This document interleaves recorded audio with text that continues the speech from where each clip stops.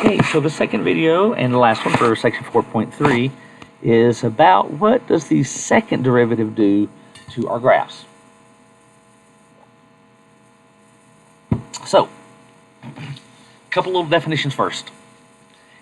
If the graph lies above all of its tangents on an interval I, then it's called concave upward. If the graph lies below all of its tangents on I, it's called concave down. Okay? Look, it's a lot easier to see with a picture.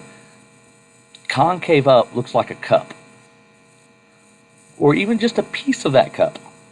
Now, when they're talking about all these tangent line stuff, look, if you draw tangent lines, no matter where you draw it, notice they always fall completely below the graph. So the graph lies above all of the tangent lines, it's concave up. But it's easiest to me to think about it as like a cup. And it could be just a little piece of it, right? So it could be just that piece. It doesn't have to be the whole cup. Okay? But if you kind of in your mind extended it out, that's what it would look like to be concave up. We have a lot of different examples. I mean, you know, exponential functions will never have that cup look, but they have this, right? And all of the tangent lines lie below it, and it kind of looks like that piece of a cup. Same thing with the concave down. The most dramatic example would be something like this, and you can see again, if you draw tangent lines, no matter where you draw one, it's going to be above the graph. Okay? So if the graph lies below all the tangent lines, it's concave down. But it's a hill or a piece of a hill, upside down cup, whatever. Okay, you know, your graph might look something like that. But it's a hill or a piece of a hill is what makes that shape kind of concave down. Okay, think of it, it holds water, water runs off of it.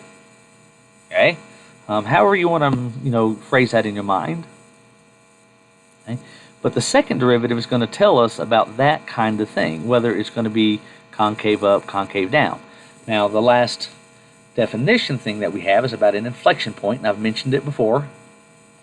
So a point on a curve is an inflection point if it's continuous, and it changes from concave up to concave down. So you might have a graph that is concave down, and then at some spot here, it switches to concave up. That spot is the inflection point. Okay? Right where it changes from concave up to concave down. Or it could change from concave down to concave up. Okay? And in that spot, that's the inflection point. But it has to go from one to the other.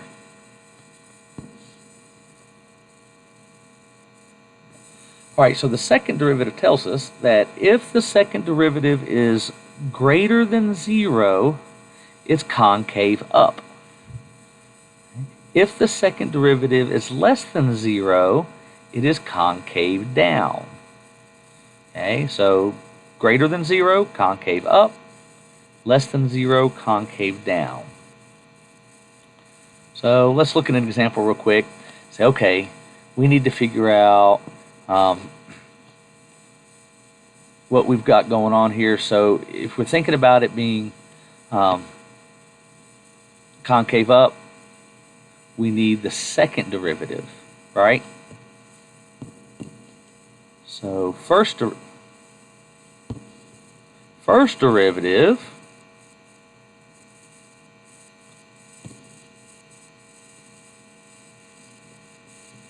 is 3x squared minus 9, and the second derivative is just 6x. So 6x is greater than 0. We want to look at that inequality. Well, in this case, it's where x is greater than 0. So on the interval from 0 to infinity, it is what, concave up. And then if we want to look for concave down, where's that second derivative less than 0? So that's when x is less than 0, so that's from negative infinity to 0, it is concave down.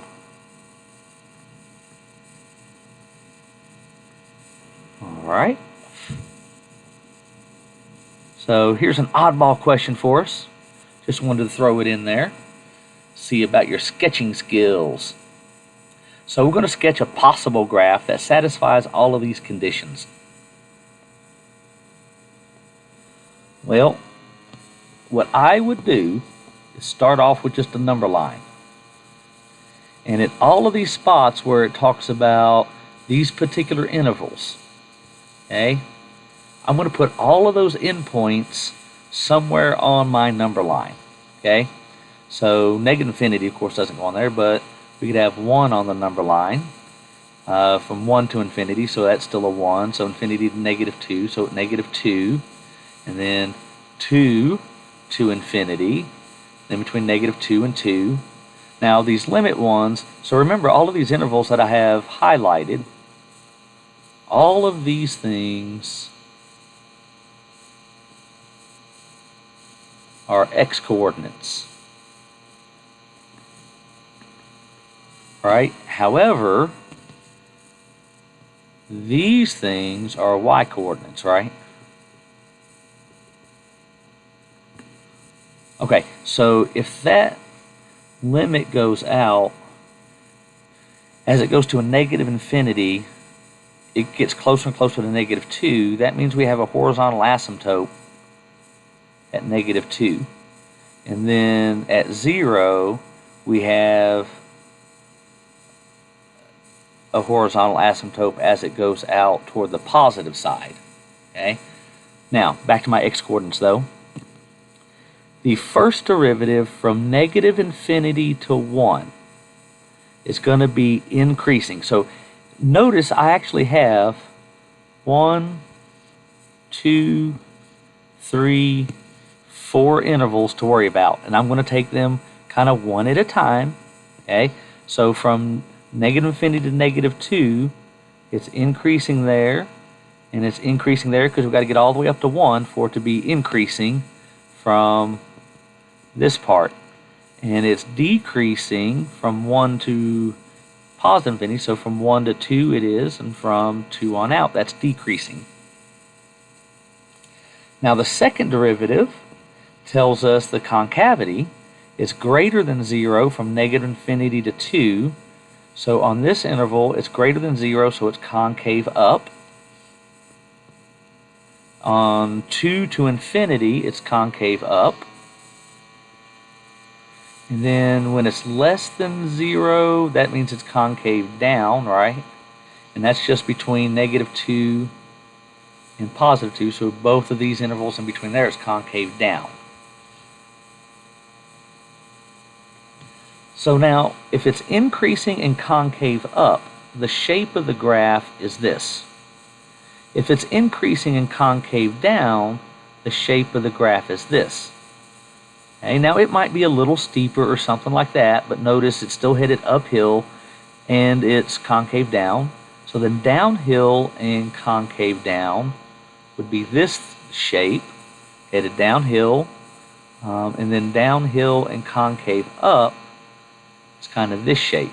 So I just need to piece those together and keep in mind I have these asymptotes. So let's see, at negative 2 and 1 and 2 are my important parts. All right, so it is here, it's concave up until it gets to this point, and then it continues being increasing, but now it's concave down, so it's going to do this. Okay. Now it's going to be concave down and decreasing, so it's going to have that kind of shape. And then it's going to be concave down and decreasing, but I have a little bit of a fault here because if it's decreasing, that's never going to get to 0, right? So all that tells me is I need to be above that line, okay, when I get to that side of things. So let me make my graph a little bit taller there. It's going to be increasing concave down. Then it comes down with that little shape, and then it levels off like that. So there's a possible graph.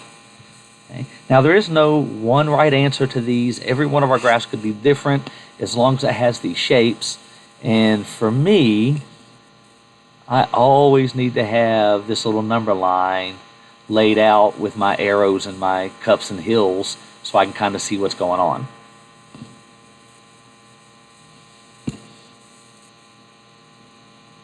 All right, so let's try to put both this one and the first derivative stuff together and see if we can sketch some kind of ugly graph. Now really all I'm going to look at the properties of is the concaves up and the concave downs. Okay, so first thing I need to do, find the derivative.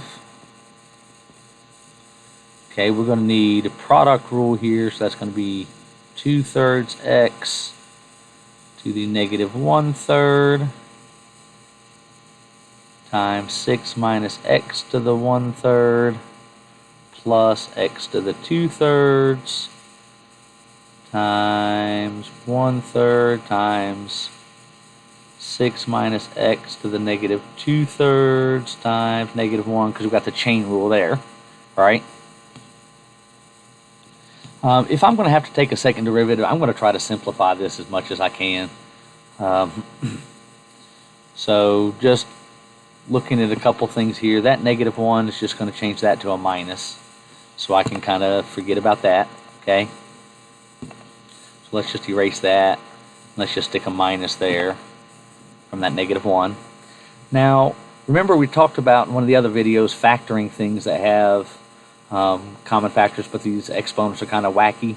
So picking the smallest exponents and the smallest coefficient, I'm going to factor out a 1/3 x to the negative 1/3, because the negative 1/3 is smaller than the 2/3, and then a 6 minus x to the negative 2/3, and that's going to leave me on this first one 1/3, I mean a 2/3, 2/3 divided by 1/3 will just leave me with a 2.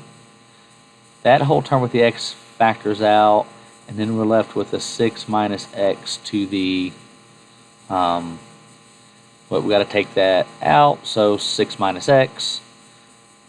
To get that exponent, remember we're doing a 1/3 minus the negative 2/3. And that would be 3/3, which would just be 1. And then we'll subtract, and we'll have 2/3 minus the 1/3 to get the x.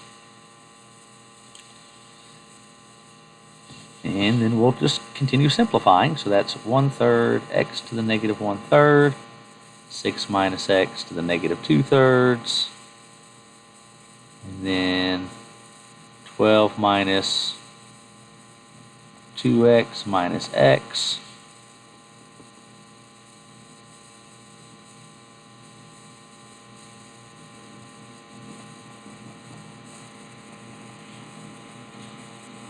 And if I simplify that, what do we get? 12, oh yeah, look, 12 minus 3x, I could factor a 3 out.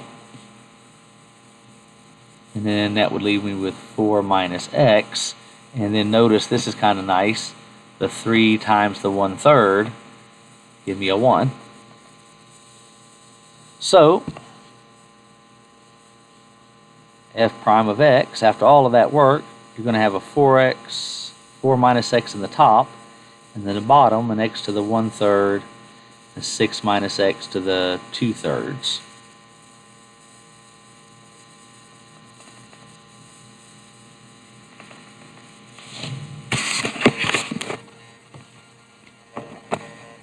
Now we got to get critical point.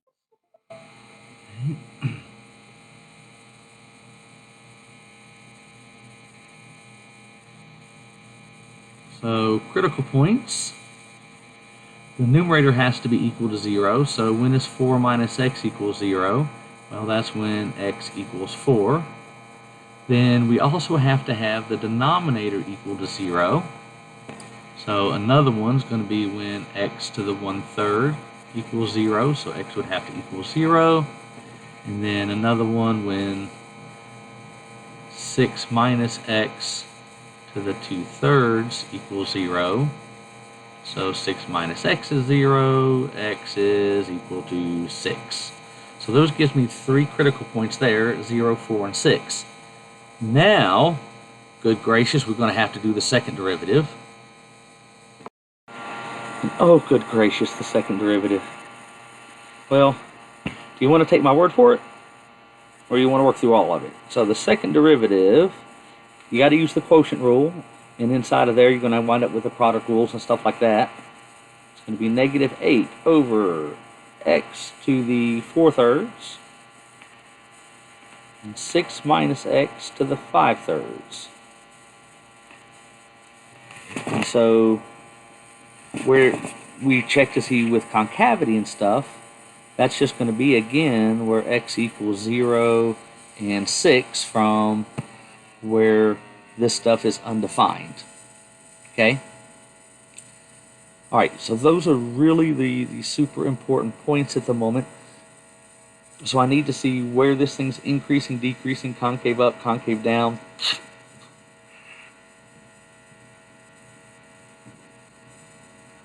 So 0, 4, and 6 were all the important points there. So I need to pick test points. So I think I'm going to pick negative 1, 1, 5, and 7. So remember, I have to have one in between all of them and also out to the edges. And I need to test the derivative and the second derivative. Okay? So if I look at derivative, and probably the easiest way to do this at this point maybe is, use your calculator and stuff.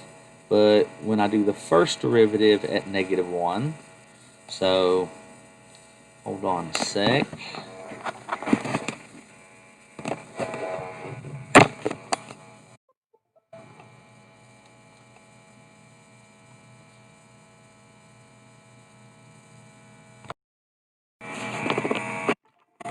Okay, so I took a second there, stuck those in my calculator, just so I can use my calculator to evaluate these, because we really don't want to spend a whole lot of time trying to do this stuff by hand.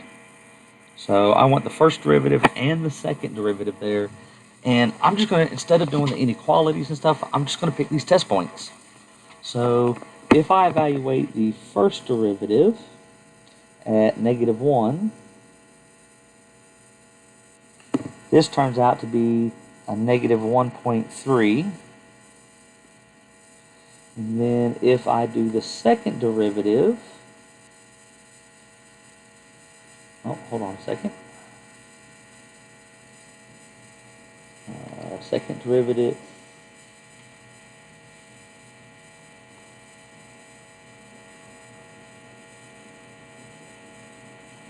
Hold on, I'm having issues with my calculator. All right, there we go.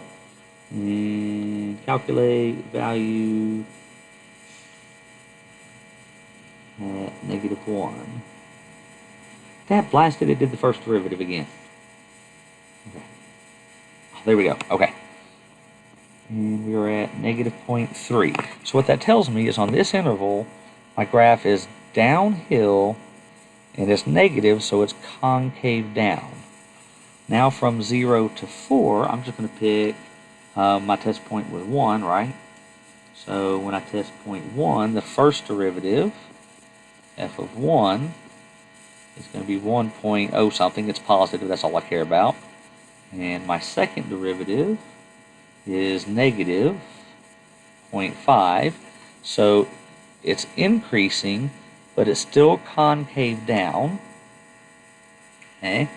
And my next test point was at 5.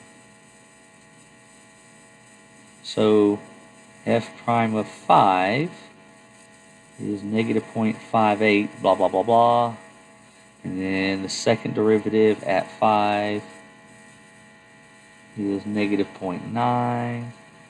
So it's decreasing and it's concave down. And then my next test point was at 7. So first derivative is negative. F prime of 7 is negative 1.5. And then the second derivative is positive, so it's about 0.6. So it's concave up, so it's decreasing and concave up.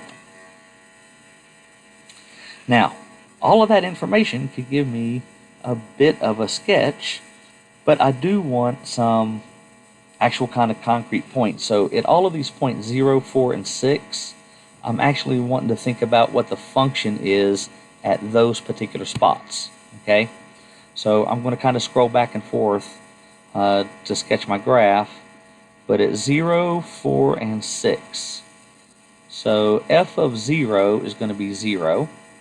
Okay, that one's easy enough because we got that factor. So f of, just making some notes here. So f of 0 equals f of 6. That was going to be equal to 0. And f of 4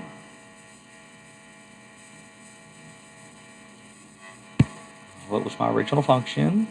Take a look at it. So I'm just going to put 4 into that sucker. In fact, really what I'm going to do is I'm going to actually pull up the graph of this thing and then use the calculator to evaluate it.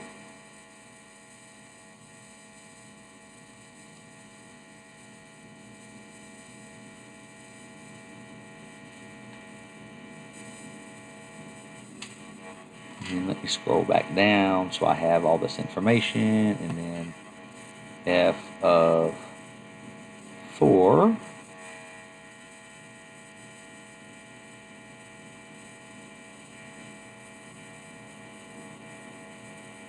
is equal to 0 as well. All right. Oh, no, wait a minute. Wrong graph. F of 4 is 3.17. I thought that was kind of weird. So f of 4 is about 3.2.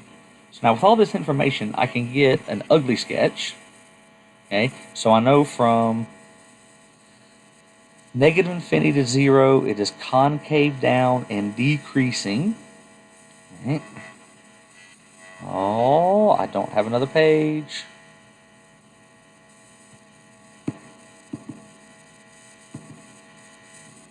Let's see if I can insert a page here. Okay. And then let me insert one of my little graphs.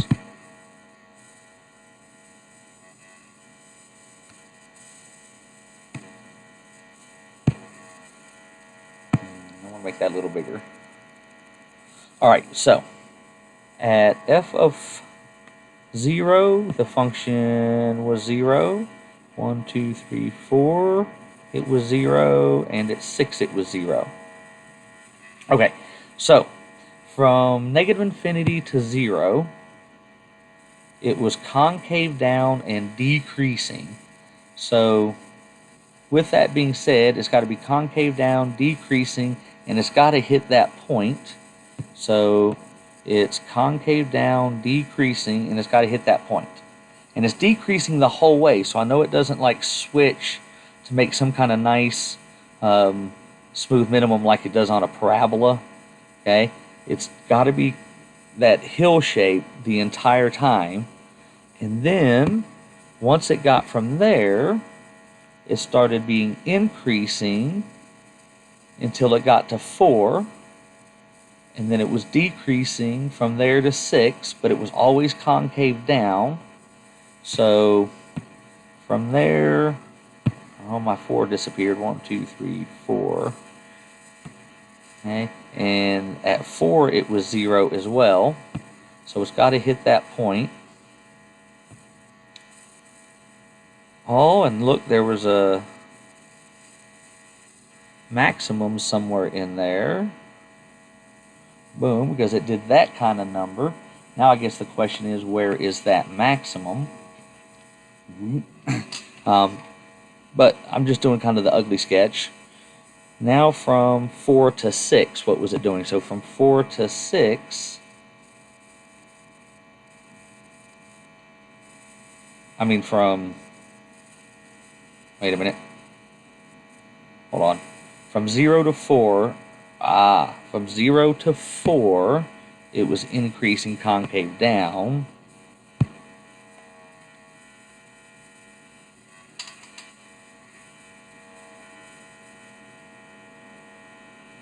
Yeah, no, that was good. That was good. What am I thinking?